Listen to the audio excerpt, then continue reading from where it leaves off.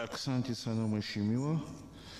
Now I go to the statement by non-governmental organizations, NGOs. I want to call Amnesty International, Christian Roumou, numéro d'observateur numéro 1, statut d'observateur numéro 1. Je signale que les travaux s'arrêtent à 17h30. Je veillerai à ce que lorsque 17h30 sonnera, nous mettons fin à nos travaux, sans une minute de plus.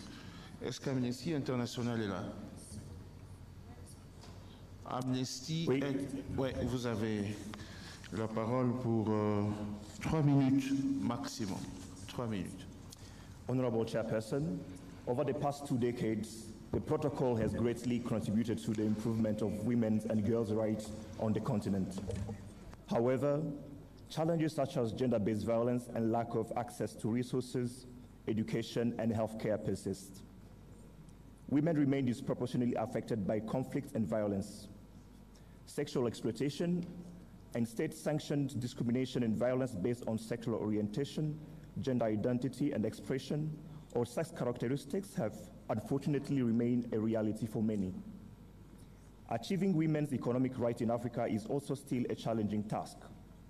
The issue of unequal pay persists, with a gender pay gap of 30% in sub-Saharan Africa. Additionally, only 3.9% of women have access to social protection measures.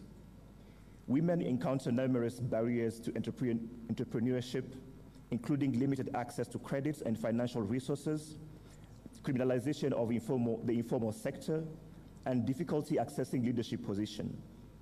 They bear the burden of unpaid care work, which hinders their full participation in the formal economy. To achieve real gender equality, member states must dismantle discriminatory practices to create conducive environments to empower women economically. This includes implementing policies that promote equal pay, providing affordable childcare, protecting women's land and property rights, and promote both formal and informal entrepreneurship by women. Finally, we had hoped to celebrate the universal ratification of the Maputo Protocol on the 20th anniversary of the protocol, but we are yet to reach this milestone as 11 states are yet to ratify or accede to the protocol. The ratification by South Sudan in June of 2023 is commendable and gives us hope that this ambitious goal is within reach. However, reservation of 7 member states to crucial provision of the Maputo Protocol on health, reproductive rights and marriage harm women and girls' right to bodily autonomy and impede the full domestication of the protocol. Through its general comment number 2, this commission has reaffirmed women's right to have control of matters related to their sexuality, including sexual and reproductive health, and to be free from coercion, discrimination, or violence. We commend Rwanda and the Gambia for setting positive example by removing reservation to the protocol. We urge the Special Rapporteur and the African Commission to call on all member states to, 1, invest in and prioritize the need of survivors and in particular survivors of sexual violence. 2, implement policies that promote equal pay, access to affordable childcare, women's land and property rights, and inclusive business environment for women's formal and informal entrepreneurship. And 3, implement policies. Merci. C'est 3 minutes, s'il vous plaît. On tend vers la fin. Concluez. Implement policies that reinforce women's right to control matters related to their sexuality and ensure all enjoy sexual and reproductive rights. Thank you. Merci. Pour 3 minutes, j'appelle Mat for Peace Development and Human Rights, Malak Hassan, numéro d'observateur, statut d'observateur 528. Mat for Peace, Malak Hassan. Yes. Pour 3 minutes, 3. Thank you, Mr. President. Might commend the condition of women and sexual violence to which refugee and displaced women are exposed to in the conflict-affected area in Africa.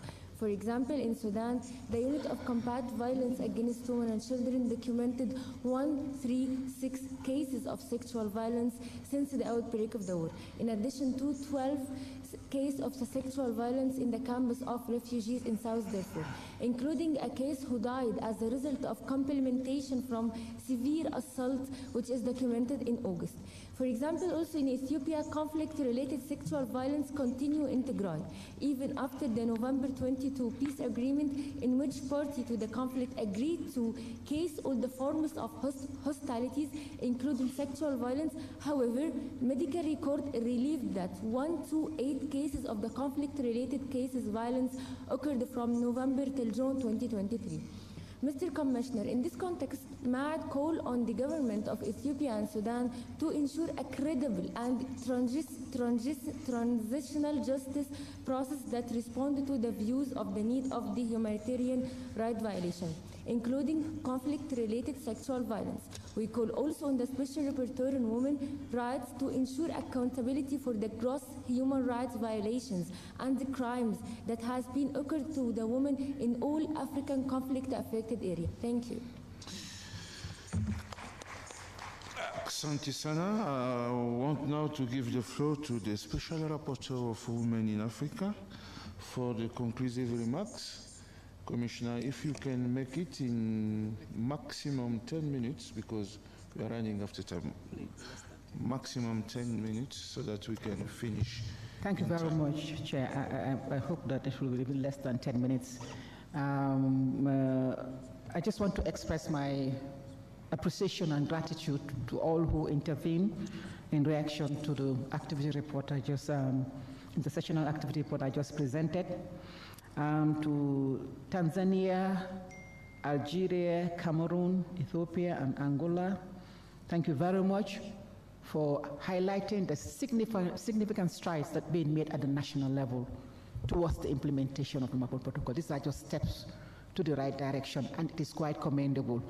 And I will say that you should be, and you would be role models for those who have ratified it and those who have not implemented it. So this is quite commendable. I just want to thank you. I don't want to go to the details of everything.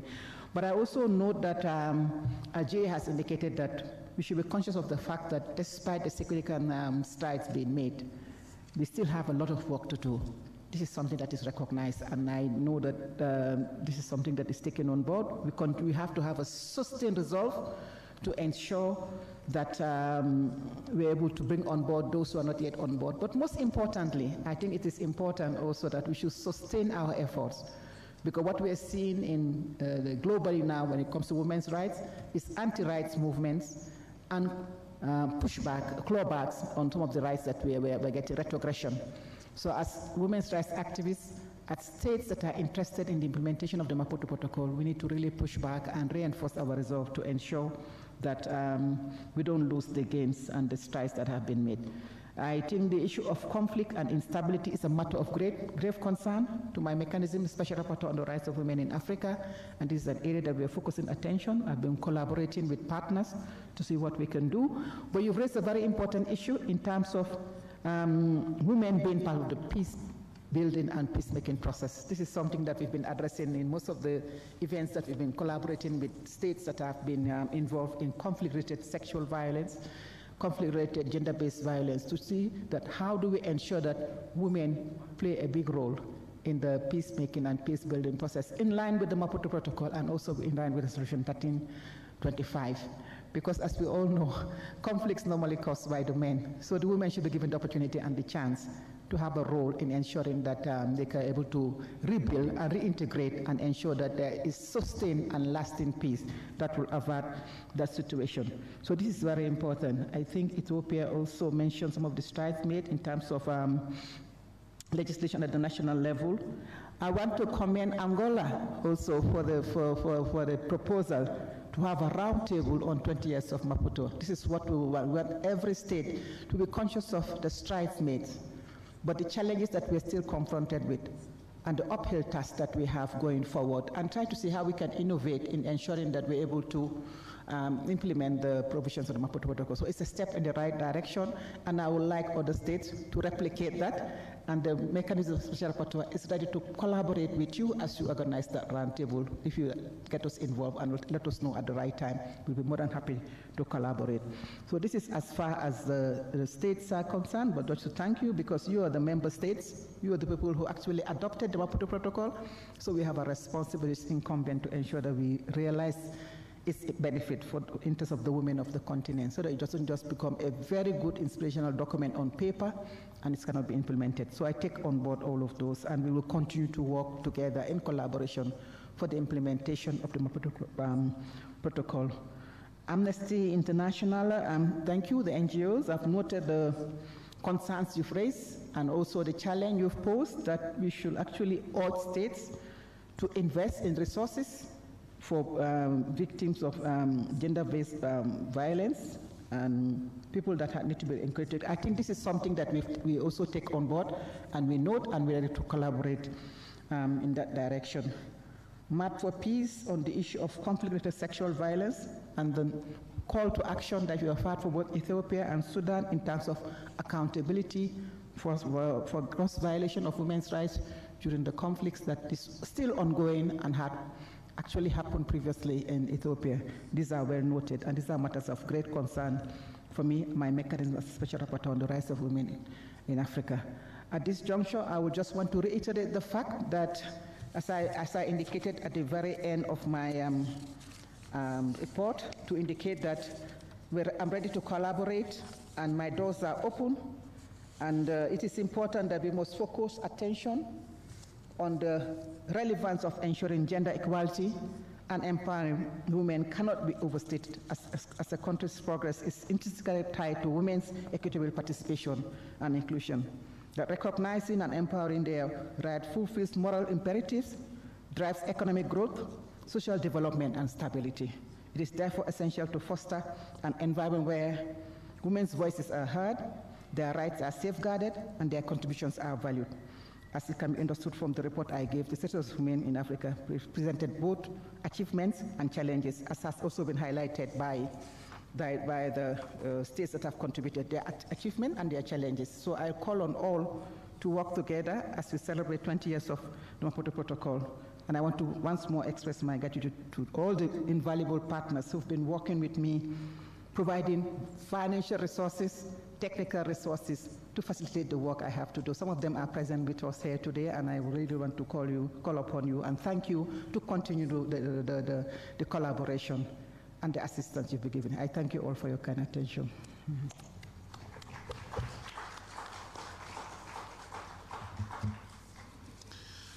Asante sana Commissioner Ramatulai Salanjai. Haiko bado nukta ya mwisho, kwa lakini kazi ya leo itasimamizwa hapa. Tutaendelea kesho. Aksanti kwa nini wote. Kesho asubuhi tutaonana tena hapa kwa saa 3 ya asubuhi, 9h du matin, 9 a.m. But before we leave, I want to give the floor to the Secretariat for 1 or 2 communications, and we'll close the day. Abiola, you have the floor, please. Thank you very much, Honorable Chairperson. Excellencies, distinguished participants, I would like to present the agenda for tomorrow, Monday, 23rd October, which will be day 4 of the 77th ordinary session of the Commission. We will start the day tomorrow morning at 9 a.m. with a panel on ratification of the protocol to the African Charter on Social Protection in Africa and dissemination of General Comment number 7 on state obligations under the African Charter in the context of private provision of social services. We will have this activity between 9 and 10 a.m. After that, we will continue with the agenda item number 6 on the activity reports of the members of the Commission and the special mechanisms. This would last between 10 a.m. and 10:30 a.m. And as indicated today, the next report is that of a special rapporteur on freedom of expression and access to information in Africa, to be followed by the report of the chairperson of the Committee on the Protection of the Rights of People living with HIV and those at risk, vulnerable to and affected by HIV. We will then have a tea break, followed by the consideration of applications for observers and affiliate status. After the lunch break tomorrow, we will continue with the human rights situation in Africa, taking statements from all stakeholders who have registered. And again, we would send an email this evening to confirm the list of speakers. And then we will end the day with a panel on stakeholders consultation in relation to the draft report of the Commission study on the impact of climate change on human and people's rights. And that will mark the end of the day tomorrow. Thank you very much.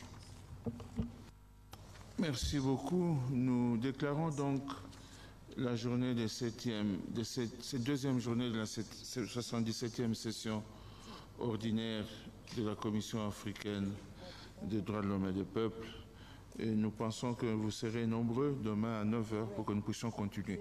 Demain, nous allons encore nous performer davantage, je vous le promets, sur la question du temps, pour que nous puissions respecter tous le contrat temporel que nous nous sommes fixés les uns les autres pour le succès des travaux de la Commission africaine des droits de l'homme et des peuples. Merci beaucoup et à demain.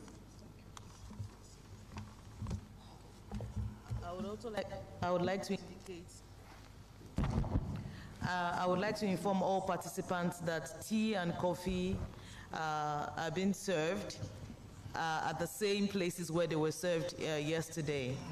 So the host government has provided tea and coffee for all participants tomorrow. Sorry, for this evening. Thank you very much. She stayed.